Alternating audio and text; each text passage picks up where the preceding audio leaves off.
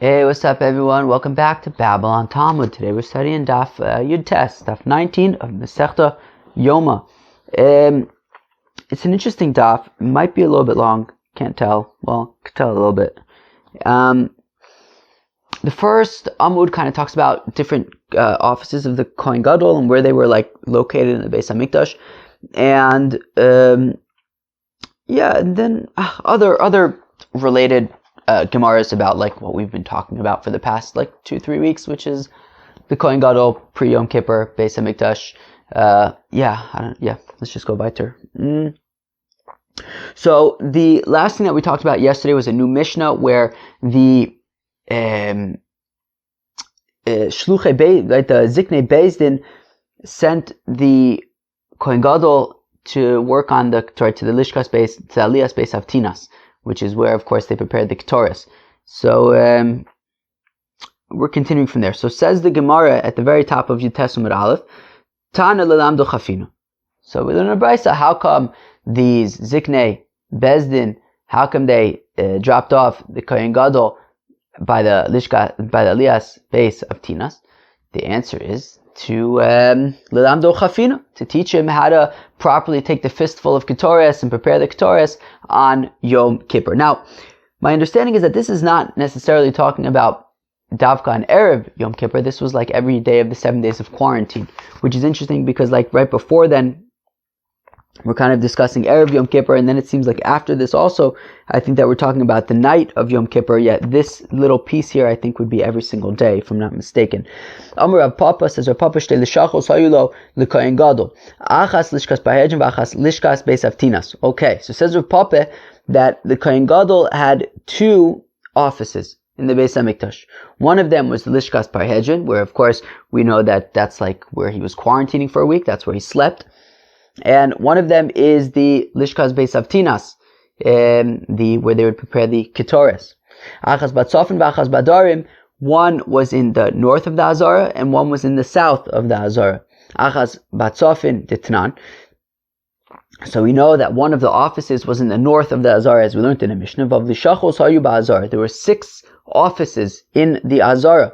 Gimel Batzofin v'Gimel Badarim. 3 in the north and 3 in the south. Shebadarim. What are the offices in the south? Lishkas HaMelach, Lishkas HaParve, Lishkas HaMadichin. The 3 offices in the south are the office of the salt, the office of the Parve, and the office of the washers. Lishkas HaMelach, Sheshamayu Nosnin Melach LeKorban. So in the office of the salt, that's where they would store the salt that they would use, right? The Apostle says, Al kol korban chotos melach, that on all of your offerings you'll place salt. So all the salt was kept in that office. Lishkas HaParve, Sheshamayu Molchin Oris Kodshim. That in the Lishkas HaParve, that is where they would salt the hides of the sack of the offerings. And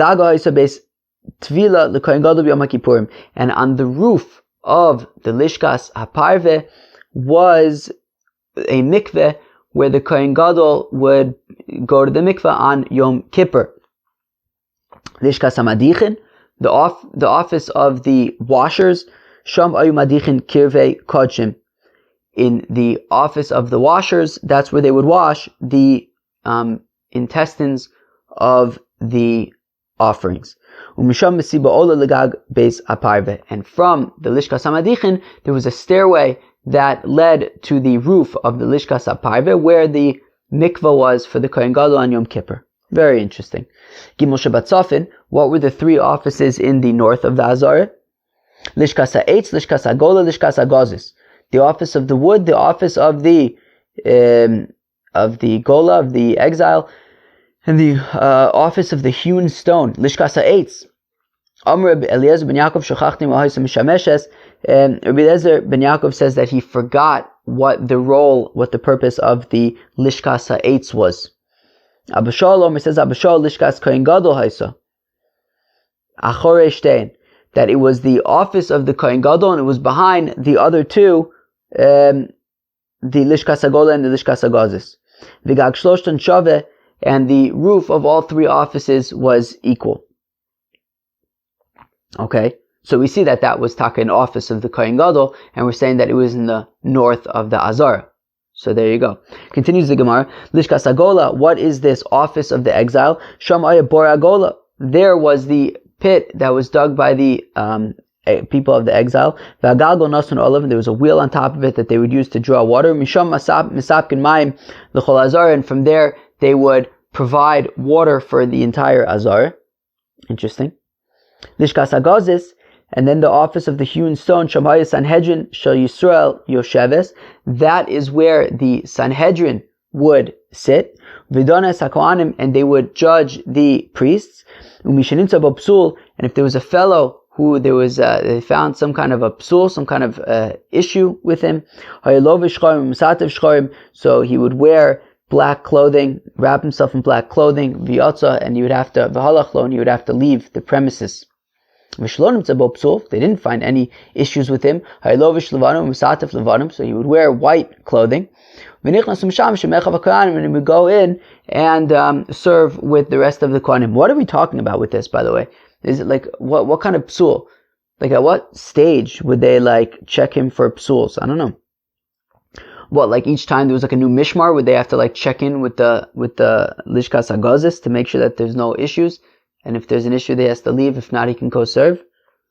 Or is it maybe somebody who has something he's got to check? I don't know.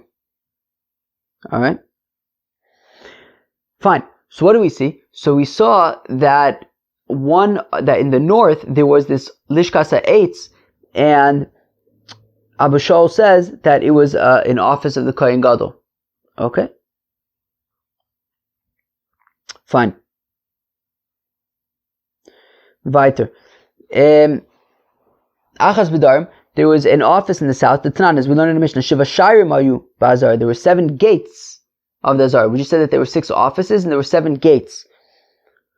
Gimel Batzofin v'Gimel B'Darim v'Achad B'Mizrach. 3 in the north, 3 in the south, and 1 in the east. Shabadarim Shara Adleka. In the south of the Azara, the 3 entrances were the 3 gateways were as follows. Shara Adleka, Sheni Lo Shara Akorbin. The second one is called Shara Akorbin, although Lagos Sabach changes it to Shara Bechoris, which I think makes sense because we're going to have another Shara Akorbin later. Shlishi Lo Shara Amayim, and the third one in the south being the gate of the water. Sheba Mizrach Shara Nicanor. Of course, in the east was the gate of Nicanor. And there were 2 smaller offices right next on either side of the Shar Nicanor. Achas b'mino v'achas b'smolo, 1 to the right, 1 to the left. Achas lishkas Pinchas Amalbish.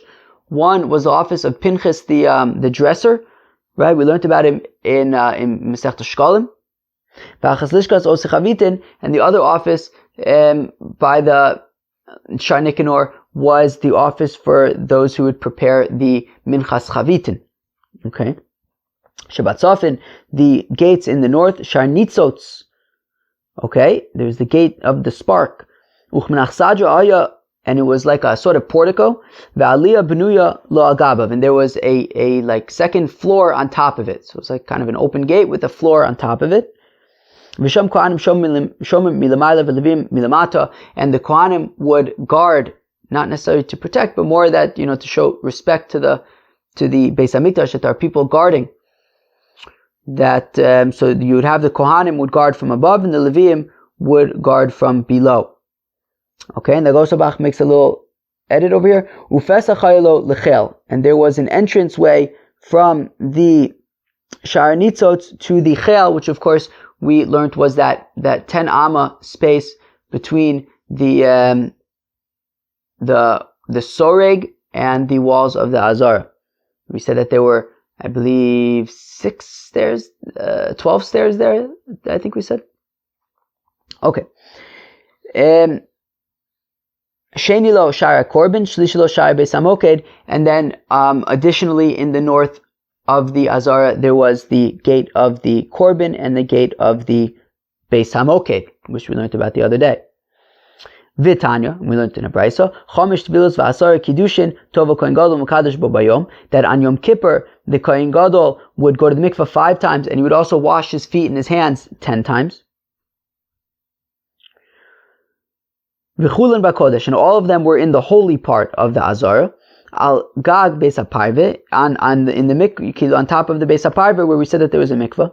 Chutz mizo shoysu b'chol, except for the first one. The first one of the day was not in the azara; it was outside of the azara, because you couldn't go into the azara until you first went to the mikveh. So the first time you would go to the mikveh would be outside of the azara, and then afterwards he would go into the azara, and all the rest of the tvilos and kiddushin would be inside the azara, on the roof of the beis haparve. Al gab sharamayim. Okay. On top of the sharamayim. Okay. I assume that that's a reference to the lishkas aparve? Right, on top of the sharamayim mistama, that's where the lishkas aparve was. Or at least we said that on top of the lishkas aparve was where this mikveh was. Mistama, that probably adds up with this al gabi sharamayim, the gate of the water. I have to assume so. Okay. And it says that was next to his office. Okay, so we see that was in the south, right? These were the gates in the south. Where am I? Where am I?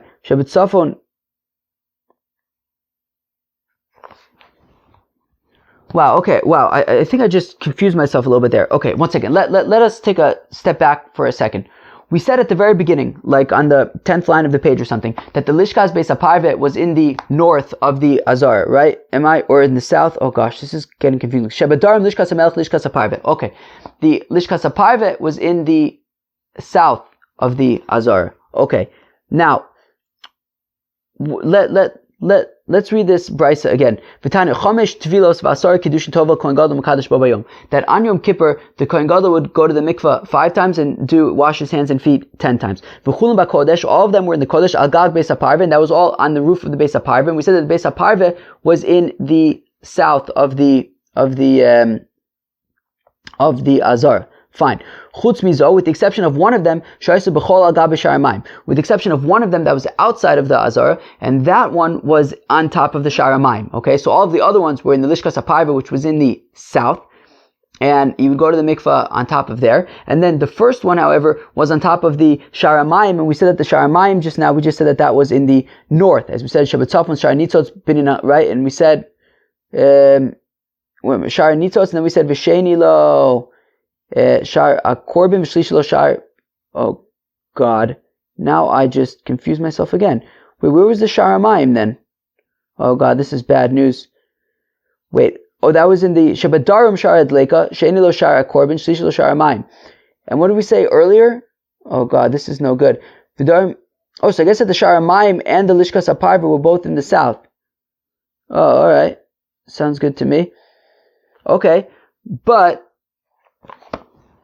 Okay, fine. So both the Lishkas HaParveh and the Sharamayim were in the south, okay? So when you would go to the mikveh outside of the Azara, the first time would be on top of the Sharamayim, and then for the rest of them that was inside the Azara, it would be on top of the Lishkas HaParveh, but all of those were in the south of the Azara. Oh my goodness gracious. Fine. And then the important thing is that it says in this brayso that it was next to his office, and we're saying that this was all in the south of the Azara. So we see it earlier that in the north was the Lishkas HaEitz, and we said that was an office of the Kohen Gadol. In the south was where we had the Lishkas HaParveh and the Sharamayim, where he would go to the mikveh, and that was next to his office. And so we say that he also had an office in the south. Okay, so he had an office in the north of the Azar, he had an office in the south of the Azar. Now, says Rav Papa, way back when, at the beginning of the Amud, that the Kohen Gadol had 2 offices. One of the Lishkas Parhedrin, one was the Lishkas was the Aliyas Beis of Tinas. So we're saying that he has 2 offices, one in the north, one in the south. We also know that one is the Lishkas Parhedrin, the other one is the Aliyas Beis of Tinas. Now the question is, which one is which? V'loyadayna, says Rav Papa, I don't know. Lishkas Parhedrin b'tzafim v'Lishkas of Tinas b'darim. I don't know if the Lishkas Parhedrin was the one in the north and the Lishkas Beis of Tinas was in the south.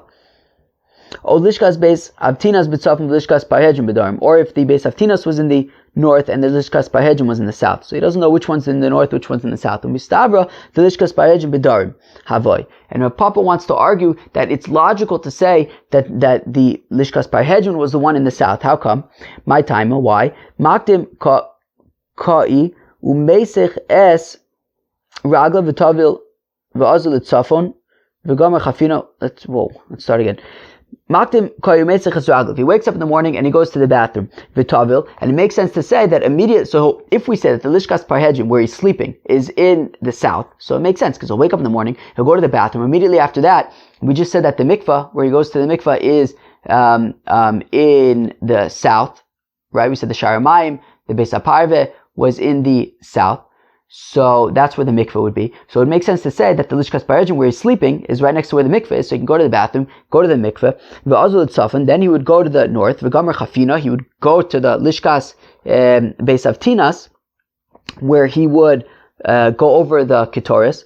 V'asi leBeis HaMikdash, then after that he would go to the Beis HaMikdash, v'avad avodo kol Yoma, and he would do his avoda all day, right, during the 7 days leading up to Yom Kippur, Levade Panya, and then at the end of the day, Madu Ale, they would sprinkle him with the Mechatas, and then he would be Tameh, then he would V'hadar Azul Lidarim, V'tavil, then he would go back to the south, and he'd go to the mikveh again, so that he'll then be a Tvul Yom, and then at the end of the day, when the sun sets, he'll become Tahor, V'tavil V'nayich, and then he goes back to the mikveh in the south, where the mikvehs were, by the Sharamayim and the Beis HaParveh.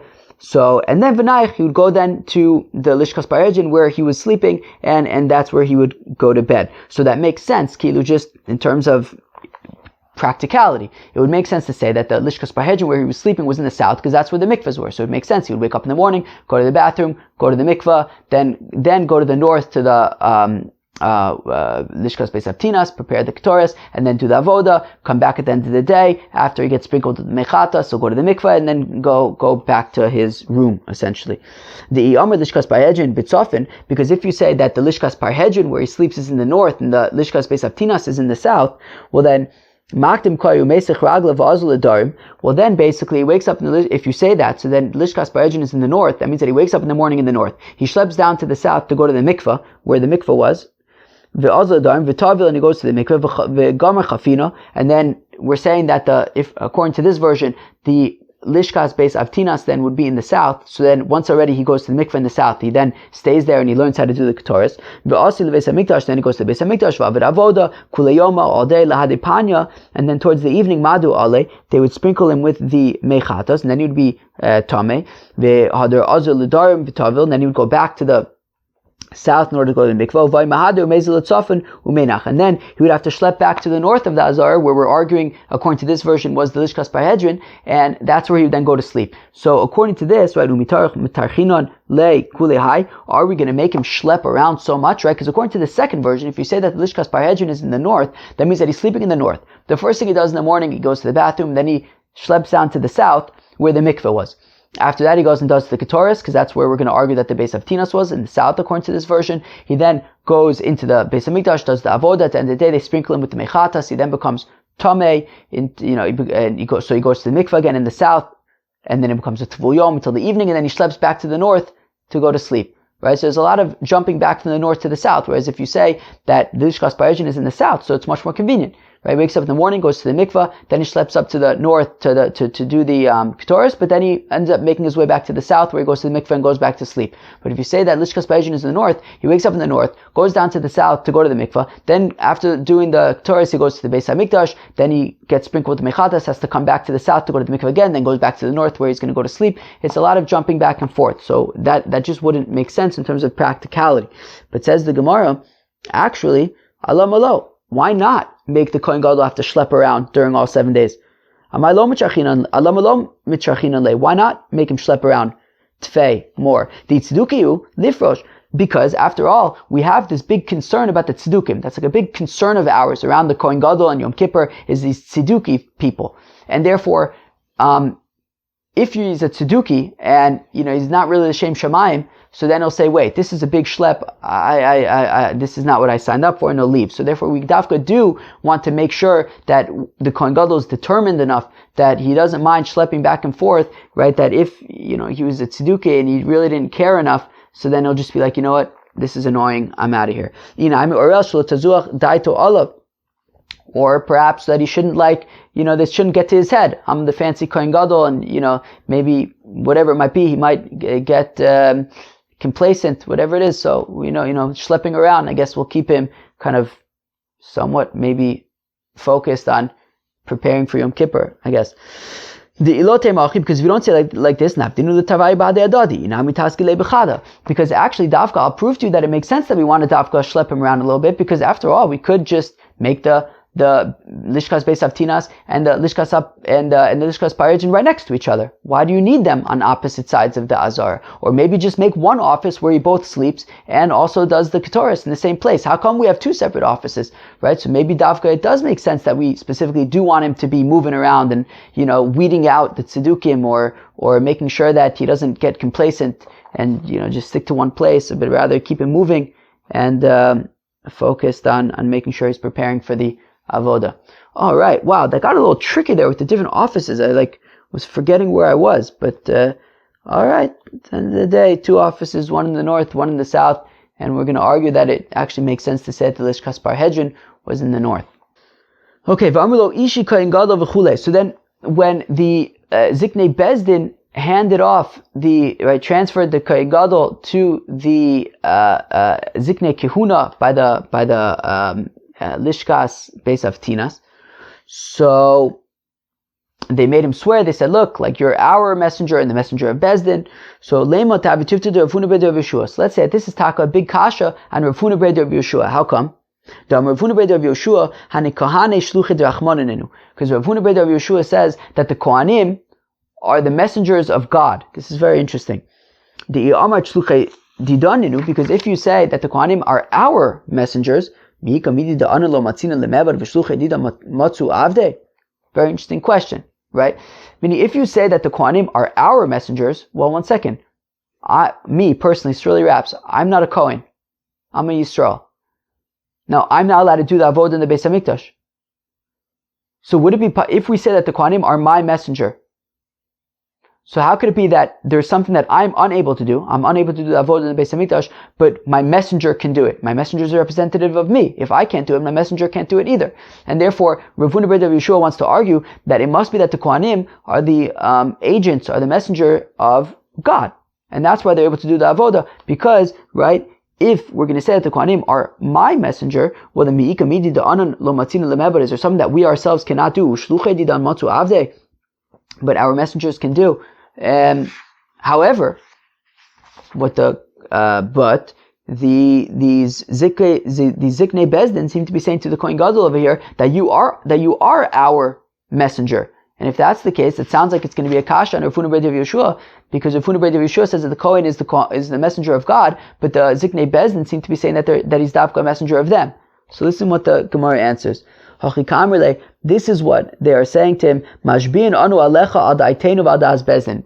No, what they're saying is that we're making you swear right now, right, that you're going to do everything properly and not do it like the tzedukim do, right? So they're making him swear that you're going to do everything properly, and what they're clarifying is like lawyers, like in a contract, everything is super clear that there should be no possibility of thinking, of wiggling your way out of anything. So what they're saying to him is that we're clarifying that what you're accepting upon yourself, when you accept our swear, is that you're accepting it al daiteinu v'adas Bezdin, based on our interpretation and interpretation of Bezdin. As Rashi points out, just in case you have any plans of maybe accepting the swear, but in your mind thinking, yeah, but I'm accepting it on my terms, they're clarifying, no. When you accept right now, you're accepting it on our terms. On our terms and the terms of Bezdin. But what they're not saying is that you're a messenger of us. No, we could still be like Rav Huna B'Rav Yeshua, which is that you are a messenger of God. But when we say that us and Bezdin, it means that you're accepting the swear that you're accepting upon yourself right now, with the accepting the swear as intended by us and by Bezdin. So the Mishnah had said, he then goes and cries, and they then go and cry. How come everyone's crying? He goes and cries, because he's insulted that they should think that he's a tzeduki. Or that it's come to this, that they should think that maybe he's a tzeduki. right? What does things come to? It's sad that it's come to this place where like we have to make you swear that you're not a nudnik. Main portion of Vochin, and the Bezdin goes and they also cry. Because says Rabbi Shua ben Levi, and there's a Girsa change which points out that in Masechta Shabbos we saw this in the name of Rish Lakish, that a fellow who accuses somebody who is innocent gets malchus, gets afflicted. So now the Bezdin, because they had to accuse the kohen gadol of possibly being a nudnik, so they're crying now because they know that somebody who's choshed b'ksherim is loke b'gufo, and that's also a b'diavad, not a good thing. And how come? What was all the swearing? Why is everybody getting so worked up? To make sure that the kohen gadol, when he offers the ketoras and Yom Kippur, is not going to prepare the ketoras and put the ketoras onto the hot coals before going into the Kodesh HaKodashim. Rather, what he needs to do is he needs to do it in the Kodesh HaKodashim. Tanu Rabbanan, the rabbis taught, there was a story with a certain tzeduki, and that he was kohen gadol that year. I guess he paid off the Chashmonaim king, and he was the kohen gadol that year, and he prepared the incense like the tzedukim do. He put the incense onto the fire before going into the Kodesh HaKodashim. Vichnis find bitzi also, and when he left the Kodesh HaKodashim, he was very, very happy. Pagabo Aviv Amarlo, and then his father found the kohen gadol, and he said to him, Bini, my son, even though we are tzedukin, anu misyarin anu mina prushim, we are scared of the prushim. Very interesting. What does that even mean? He's telling his son, look, we're tzedukim, but even so, we're scared of the prushim, and therefore, you shouldn't really have done that. What does it mean that they were scared of the prushim? What, that maybe the prushim are right, or that the prushim would harm them somehow? Very interesting. Anyway, so this son, who was the kohen gadol, he did the ketoras like the tzedukim do, and he was very, very proud of himself. To which his father said, hey, it's true that we're tzedukim, and we do believe that, but we fear the prushim. Omerlo, to which his son responded, he said, yes, but kol yomai hayisi mitztara al nikra hazeh, but my entire life, I was troubled by the implication of the following pasuk, which is, ki ba'anan eira ala kaporas, that with a cloud I will be seen on the kaporas. And the way that the tzedukim understood that is that it means that ki ba'anan, that first you would make a cloud of incense, that first you would apply the incense to the coals before going into the Kodesh HaKodashim, and then ki ba'anan eira ala kaporas, and then with this cloud of incense that I've already prepared in advance, I will go into the Kodesh HaKodashim, and that is how God will be seen on the kaporas. Now the perushim, the way we understand it, is that the incense would be applied only in the Kodesh HaKodashim. But the tzedukim understood the literal understanding, which is that first make the cloud and then go in. Almighty says this child who was the kohen gadol, I always said, when will I have the opportunity to be able to do it like the tzedukim do it, to first make the cloud of smoke and then go in. And now that I have the opportunity to do it, I will not do it that way. Amru, they said, it wasn't much longer, ad shemes, until this tzeduki kohen gadol died.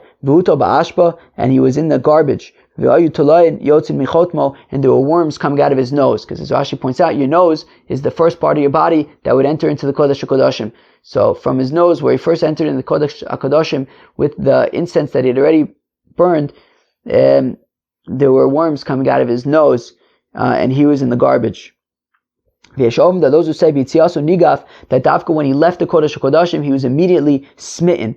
The Tani Rabchia taught, Kimin kol nishma ba'azara, that there was like a voice that was heard in the Azara, Sheba malach v'chavto al ponov, that an angel came and whacked him onto his face.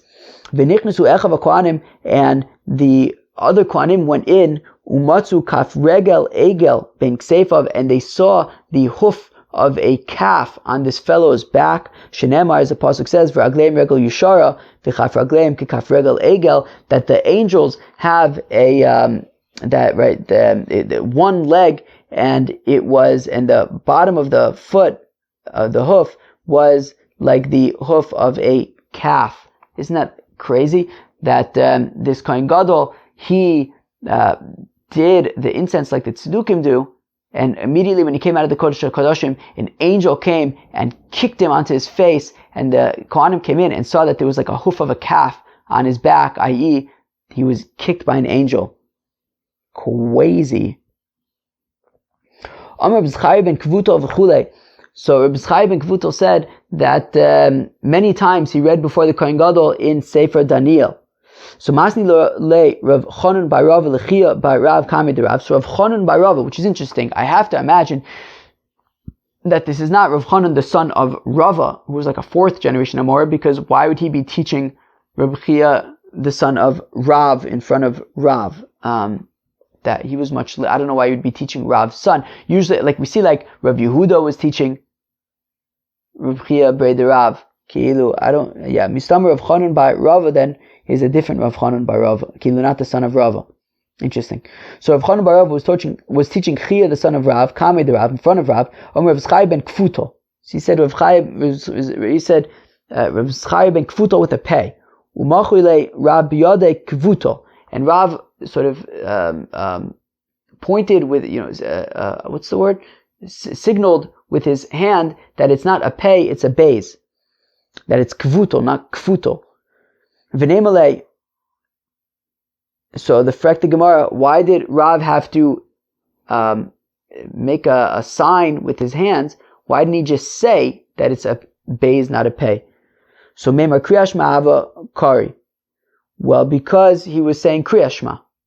He was saying Kriya Shema, that's why. Because he was saying Kriya Shema, that's why he couldn't say it, so he signaled with his hand. V'chi agavna mishari. But are you allowed to do that? Are you allowed to make signs during Kriya Shema? V'amr b'yitzchak bar Shmuel bar Marta, hakorei Shema lo yirmos be'enav, that somebody who's reading Kriya Shema, he shouldn't be making any signs with his eyes, v'leikos b'svasav, he shouldn't make signs with his lips, v'lo yor be'etzvaosav, or signs with his fingers. V'tanim, we're learning a brayso, Rabbi Elazar Chisma Omer, hakorei Shema umrames be'enav, u'makayis b'sivsosav, umar be'etzbo. If you have a fellow who's reading Kriya Shema and he makes signs with his eyes or with his lips or with his fingers, all of Akasav Omer, the pasuk says about him, v'lo osi korasa Yaakov, that you didn't call out to me, Jacob, Kilu, you're not doing Kriya Shema properly. No, so what's going on? On the one hand, you have Rav who's making signs during Kriya Shema. On the other hand, we seem to be saying that you really shouldn't be doing that. So lo kasha, it's no problem. Abba perik rishon, abba perik sheni. Depends if it's the first perik where you have to have kavana. That was a machlokas that we saw in Masechta Brachos 1,000,000 years ago. So perik rishon, you have to have kavana, which was a machlokas. But then perik sheni, then you're allowed to make signs. Okay. Tanu Rabbanan the Rabbi Stav v'dibarta bam. You speak them bam v'lo b'tfila. You speak them like out loud with the voice, Kriya Shema, but not tefillah, not Shmon Esrei. Shmon Esrei needs to be silent. So he said that you'll speak them. You're allowed to speak about Divrei Torah. You're not allowed to speak about other things. Rabbi Acha Omer says, Rabbi Acha v'dibarta bam, asay osen keva v'altaisim arai. Make them keva, make them established. Don't make them temporary. Okay? Like us, we learn every single day. Kavua. Amar Rava, says Rava, hasoch sichas chulin over be'esei. Says Rava, somebody who speaks chulin, just regular old stuff, like not holy stuff, over ba'asei, he's violating a mitzvah's asei. Shenemar, as the pasuk says, v'dibarta bam. Bam v'lo b'dbar mechem. You should be speaking them and not other things. Rav Acha bar Yaakov Amar, says Rav Acha bar Yaakov, over belav. If a fellow speaks something other than Divrei Torah, he's violating a transgression. Shenemar, as the pasuk says, everything is tiring, a person is unable to speak. Wow. I guess you're not allowed to speak about all these other things. Crazy. Alright. But even so, lo yuchal ish ledaber, right, it's not an Isur D'Oraisa, it's from Koheles. But I guess the sentiment is there. I guess. Says the Mishnah, Bikesh Le'esnamnem, what happens if the Kohen Gadol, now I think that this is getting back to the night of Yom Kippur, so if he's dozing off, Pirchei Kahuna makin lefon of be'etzba tzrada. So we're going to see that these young Kohanim, they like snap in front of him to get his attention. And they say to him, Ishi Kohen Gadol, Amod v'hafeg achas ala ritzba, u'masikin oso ad she'yagia zman hashchita. So then they say, hey, Kohen Gadol, please get up and like entertain us, so to speak. Right? We're going to see in the Gemara like to do like acrobatics. And also, and they keep him busy until Zman Shchitas Korban Atomid comes, Kilu, until the morning. They make sure that he's entertained, or entertaining even, and make sure that he's staying awake. Might Srada, says the Gemara, what is this Srada finger? So Omar Rav Yehuda Tzarta Deda. What Srada means is the tzara of this, meaning a tzara is like a reference to a man who's married to two wives, and then the two wives, are kind of like don't get along. They're like in competition. So in this case, the etzba tzrada means that it's the finger that is right next to this one, the mahi. And what is the finger that is like sort of competition? So machi ravun mahi gudel. It's the thumb. So basically, if you have your pointer finger, your index finger, what's the one that's right next to it? It's your thumb. All right. And Rav Huna,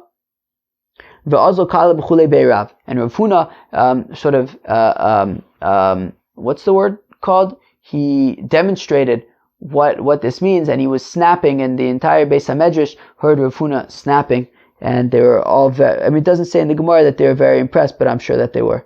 And then if he's dozing off, so then these pirchei kahuna, these I guess young kohanim, they say to him, this hafeg achas ala ritzba. What is this? Amar Yitzchak al chadas. Okay, do something like entertaining. Mahi amrile achui kida. It's this achui kida. It's basically like acrobatics, flips, cartwheels, and stuff. I guess that they would suggest to the kohen gadol they should do like different cartwheels. L'maisa, my niece does very impressive cartwheels. Maybe that'll be. Maybe she could be involved in this as well in some capacity. Alrighty. Should we stop here? Yeah, I think so. I think we'll stop here for now. No. So what do you have to say about Daf Yutes and Masechta Yoma? It was interesting. I got a little confused there with all these different offices, but alright. What did I write down here? I wrote down a few things to go over. So we discussed the two offices of the Kohen Gadol, right? The Kohen Gadol, Rav Papa said that the Kohen Gadol has two offices. There's a Lishkas Parhedrin, which is where he would sleep during the 7 days. And then there was the Lishkas Beis Avtinas, which is where he would prepare the Ketores every single day. Okay, those were his two offices. We said one of them was in the north, one of them is the south, and we don't know which one's which really. First we tried to say that for convenience reasons, it would make sense to say that the Lishkas Parhedrin is in the south where the mikvahs were, but then we said maybe Dafka we want to inconvenience him so that if he is a tzedukim, he'll just say, you know what, this is inconvenient, I'm going to leave, or so that he shouldn't get complacent. Okay? We had an interesting teaching of Rav Huna Breda of Yoshua, which is that the Kohanim are not our messengers, rather they are the messengers of God. Because if they were our messengers, well, we can't necessarily offer the korbanos if we're not Kohanim, so then how could our messengers do it for us? They must be the messengers of God. Okay? We learned about the tzedukim and how they prepare their ketores by first putting the ketores onto the coals and making the smoke, and only then going into the Kodesh HaKodashim. We learned about a tzeduki who did that, and then he died. And staying awake, we discussed at the end kind of how these Kohanim would try to keep the Kohen Gadol awake. Alright, sounds very nice. Cheve, have a very nice day. Bye-bye.